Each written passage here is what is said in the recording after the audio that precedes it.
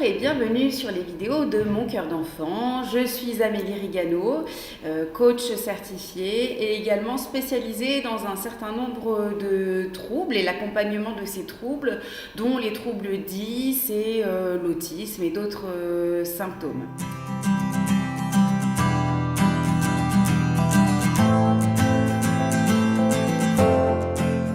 Aujourd'hui, j'aimerais vous parler du trouble du spectre de l'autisme sans déficience intellectuelle, que l'on appelle plus couramment le syndrome d'Asperger. Déjà, j'aimerais simplement tenter en quelques minutes de rétablir ce que c'est et ce que ce n'est pas. Beaucoup de personnes déjà, lorsqu'on parle du syndrome d'Asperger, pensent systématiquement que les personnes atteintes de ce trouble sont des personnes qui sont douées en mathématiques, qui sont des génies. Il y en a et c'est pas vrai pour tout le monde. C'est-à-dire que vous pouvez avoir des personnes atteintes de ce trouble qui ne sont pas forcément hyper fortes dans des matières comme celle-ci. D'autres, c'est le cas. Globalement, vous allez voir qu'il y a un certain nombre de points qui expliquent les raisons pour lesquelles on attribue ces qualificatifs aux personnes autistes, plutôt autistes atteintes de ce type de caractéristiques Asperger. Globalement, déjà, la première chose à savoir, c'est que lorsqu'il s'agit du diagnostic, on trouve 3 points qui sont pratiquement des constantes. C'est vraiment une triade de symptômes qui sont les suivants. On va observer un déficit de la communication. Alors, en général, les personnes justement Asperger s'expriment excellemment bien. Même dès l'enfance, vous avez des enfants qui parlent de manière brillante. Mon fils aîné a le trouble d'Asperger et c'est un enfant qui a 11 ans et demi mais qui depuis tout petit parle extrêmement bien, avec un langage soutenu, châtié, des phrases construite.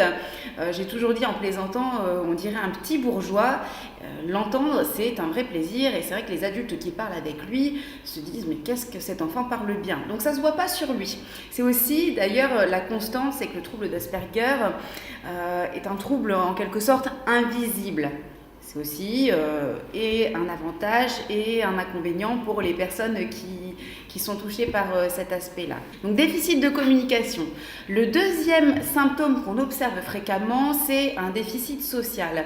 Pour ces personnes-là, tout ce qui peut sembler facile pour la plupart des gens, comme échanger, tenir une conversation, se faire des amis, c'est quelque chose qui demande des efforts, qui peut être, selon les degrés, extrêmement épuisant, énergivore. Et il y a des difficultés, quoi qu'il en soit, à se faire des amis, entrer en interaction.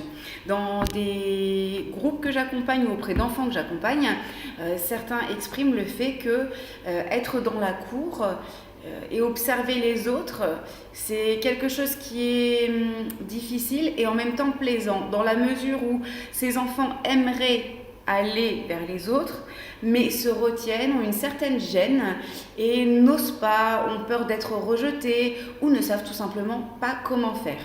On parlera peut-être plus tard, c'est là le rôle de ce qu'on appelle les groupes d'habileté sociale qui vont aider ces enfants justement à apprendre à aller vers les autres. Et donc je vous ai parlé de déficit de communication, de déficit social.